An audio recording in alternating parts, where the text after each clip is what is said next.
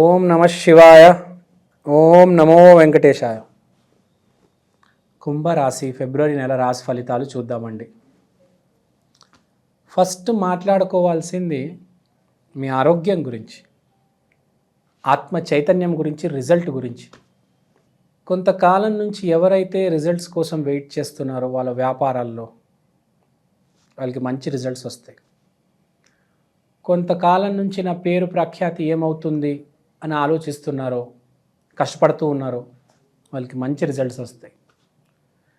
ఫ్యామిలీని tours and ట్రావెల్స్కి తీసుకెళ్తారు, ఫ్యామిలీతో అవుటింగ్కి వెళ్తారు, ఫ్యామిలీని రెస్టారెంట్కి తీసుకెళ్తారు, ఫ్యామిలీని థీమ్ పార్క్కి తీసుకెళ్తారు, ఫ్యామిలీని బఫేకి తీసుకెళ్తారు, డిన్నర్కి తీసుకెళ్తారు, ఫ్యామిలీని ఒక ఓఆర్ఆర్ మీద ఒక చిన్న ట్రిప్కి తీసుకెళ్తారు. సో ఇక్కడ పాయింట్ ఏంటంటే ఫ్యామిలీని బాగా చూసుకుంటారు, కొంచెం లగ్జూరియస్గా స్పెండ్ చేస్తారు ఫ్యామిలీ మీద.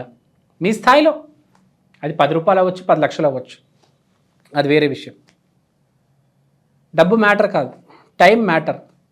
మనిషి చనిపోయిన తర్వాత మిగిలిపోయేది డబ్బు కాదు, మెమరీస్, జ్ఞాపకాలు.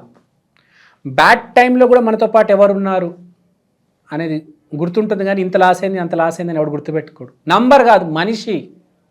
సో ఈసారి మనిషి విలువ ఏంటో తెలిసొస్తుంది కుంభరాశి వాళ్ళకి. కుంభం అంటే కుంభస్థలం అంటారు చూడండి, కొడితే కుంభస్థలం కొట్టాలి అంటారు. సో ఇక్కడ పాయింట్ ఏంటంటే మనిషి హృదయాన్ని గెలవాలి. కుంభరాశి వాళ్ళు దానిలో ఆరితేరిన వాళ్ళు. ఒక మనిషిని ఎలా గెలవాలి, ఒక మనిషిని ఎలా కన్విన్స్ చేయాలి, ఒక మనిషితో పులిహార ఎలా కలపాలి, కుంభరాశి వాళ్ళకి వచ్చినంత ఎవ్వరికీ రాదు. బాగా డబ్బున్న వాళ్ళు కుంభరాశిలోనే ఉంటారు. పెద్దగా చదువు ఉండదు, పెద్దగా దిమాగ్ కూడా ఉండదు, అంటే బుర్ర ఉండదు, కానీ అదృష్టం ఉంటుంది. ఎవడైతే మనిషిని ప్రేమిస్తాడో దేవుడు వాడికి డబ్బు ఇస్తాడు, అదృష్టాన్ని ఇస్తాడు. సో కుంభరాశి వాళ్ళు చేయాల్సింది ఏంటంటే మీ పక్కనున్నవాడిని ప్రేమించు, నీ పక్కనున్నవాడికి అన్నం పెట్టు, నీ పక్కనున్నవాడికి మంచి టైం ఇవ్వు, పక్కనున్నవాడిని బాగా చూసుకో. కుంభరాశి వాళ్ళు ఇది గుర్తుపెట్టుకోవాలి. ఇది చాలండి. ఇది చేస్తే అన్ని రకాలుగా అన్ని ప్రాబ్లమ్స్ క్లియర్ అయిపోతాయి. కానీ నువ్వు కనుక నేను ఒక్కడనే తినాలి, నా అసిస్టెంట్ తినకూడదు, నా డ్రైవర్ తినకూడదు, నా క్లీనర్ తినకూడదు, నా పనవాడు తినకూడదు, నా ఫ్రెండ్స్ ఎవరు తినకూడదు, నా ఫ్రెండ్స్ అందరు దరిద్రులు, నన్ను మోసం చేశారు, నీచులు, వాళ్ళకి శాపనార్థాలు పెట్టావా, రోడ్డు మీదకి రావడం నువ్వు గ్యారంటీ. గుర్తుపెట్టుకోండి, కుంభరాశి అంటే ప్రతి ఒక్కడిని ప్రేమించాలి. ముందు నువ్వు ప్రేమించు, తర్వాత ఎదురువాడిని ప్రేమించు. ఫస్ట్ నిన్ను ప్రేమించు. నువ్వు ఎట్లా అంటాడు అంటే నువ్వు నిన్ను కూడా ప్రేమించుకోవు, కనీసం అవతల వాడిని దూషించు, దానివల్ల నీ టైం పాడు చేసుకో. నిన్ను నువ్వు బాగా చూసుకో, నీ పక్కన ఉన్నవాడిని కూడా బాగా చూసుకో. నువ్వు ఏం తింటావో వాడికి కూడా అదే పెట్టు. మన హీరో పవన్ కళ్యాణ్ గారు ఉన్నారే, అతను ఏం తింటారో అందరికి అదే పెడతారు. అలాంటి మనస్తత్వం ఉండాలి. సో కుంభరాశి వాళ్ళకి స్పెషల్గా నేను చెప్పేది, పక్కన వాడికి భోజనం పెట్టాలి కంపల్సరీ. నువ్వు బాగా చదువుకుంటావా, నీకు 10 వ్యాపారాలు ఉన్నాయా, నీకు ఆస్తుందా, ఇవన్నీ కాదు. పక్కన వాడిని మంచిగా చూసుకుంటేనే హ్యాపీగా ఉంటావు, లేకపోతే ఎన్నున్నా నువ్వు హ్యాపీగా ఉండలేవు. గుర్తుపెట్టుకోవాలి, హ్యాపీగా నిద్రపోవాలి కదా మనం. ఎంత పాజిటివ్గా ఉంటే పక్కన వాడిని ఎంత హ్యాపీగా చూసుకుంటే అంత బాగుంటావు. గుర్తుపెట్టుకో, మనిషి చనిపోయిన తర్వాత మిగిలిపోయేది డబ్బు కాదు, మెమరీస్, జ్ఞాపకాలు. బ్యాడ్ టైంలో కూడా మనతో పాటు ఎవరున్నారు అనేది గుర్తుంటుంది, కానీ ఇంత లాస్ అయింది అంత లాస్ అయిందని ఎవడు గుర్తుపెట్టుకోడు. నంబర్ కాదు, మనిషి.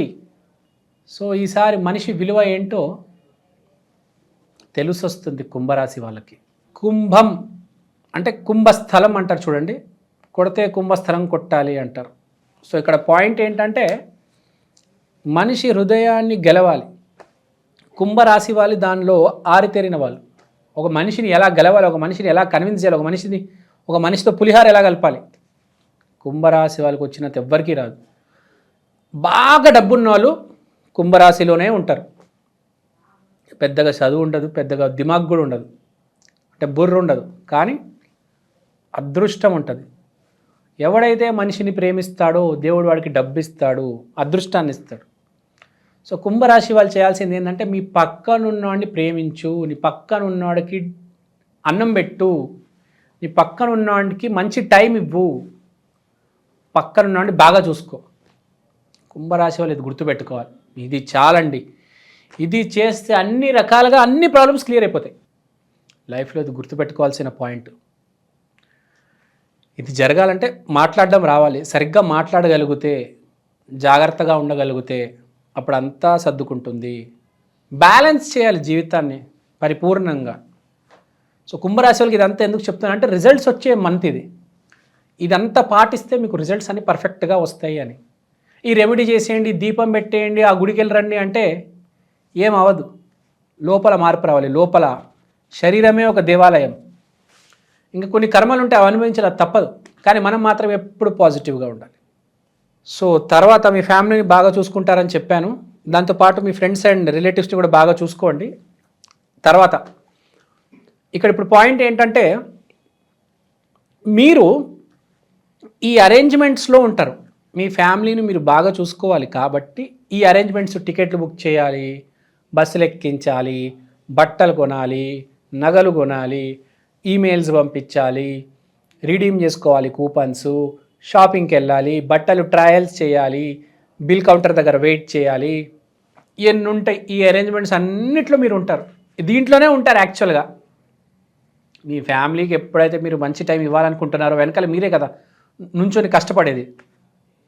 సో ఈ రిక్రియేషన్ యాక్టివిటీస్, ఈ ఎంజాయ్మెంట్ చేసే యాక్టివిటీస్ కోసం దాని వెనకాల మీరు వర్క్ చేస్తూ ఉంటారు. ప్లస్ మీరు చాలా హ్యాపీగా ఉంటారు, బాగా ఆనందంగా ఉల్లాసంగా ఫీల్ అవుతారు. అంటే ఒక మానసికంగా ఇక్కడ ఏదో ఫ్రీ అయిపోయినట్టు, స్ట్రెస్ బస్టర్ వచ్చినట్టు, స్ట్రెస్ రిలీఫ్ అయిపోయినట్టు ఉంటుంది మీకు. ఉద్యోగం చేసేటోళ్ళకి చాలా బాగుంటుంది. వ్యాపారస్తులకైతే రిజల్ట్స్ రాబోతున్నాయి. ఆరోగ్యం కూడా చాలా బాగుంటుంది. So no need to worry. ఒకటే గుర్తుపెట్టుకోండి, త్వరపడి మిమ్మల్ని ఎవరైతే ప్రేమిస్తున్నారో వాళ్ళతో గొడవ పెట్టుకోవద్దు. మీరు కనుక గొడవ పెట్టుకున్నారో మీకే ప్రాబ్లం వస్తుంది. గుర్తుపెట్టుకోండి. మిగతా అంతా బాగుంది. మిమ్మల్ని ప్రేమించే వాళ్ళని, మిమ్మల్ని ఎవరైతే సపోర్ట్ చేస్తున్నారో వాళ్ళ మీద అరవద్దు, వాళ్ళ మీద నిందలు వేయొద్దు. అది గుర్తుపెట్టుకోండి. తర్వాత మనం చిన్న ఒక టిప్ చెప్తాను. మీరేం చేస్తారంటే సాటర్డే రోజు శివాలయానికి వెళ్ళి ఒక అరగంట కూర్చొని రండి చాలు. ఇంకేం పెద్దగా అవసరం లేదు జీవితంలో. పాజిటివ్గా ఉండడం, ఏదో ఒక శనివారం 5 నిమిషాలు శివాలయానికి వెళ్ళి రావడం, ఏ తప్పు చేయకుండా ఉండడం, అంతే. దీని మించింది ఏదీ లేదు. థ్యాంక్ యూ అండి సో మచ్. శ్రీమాత్రే నమః.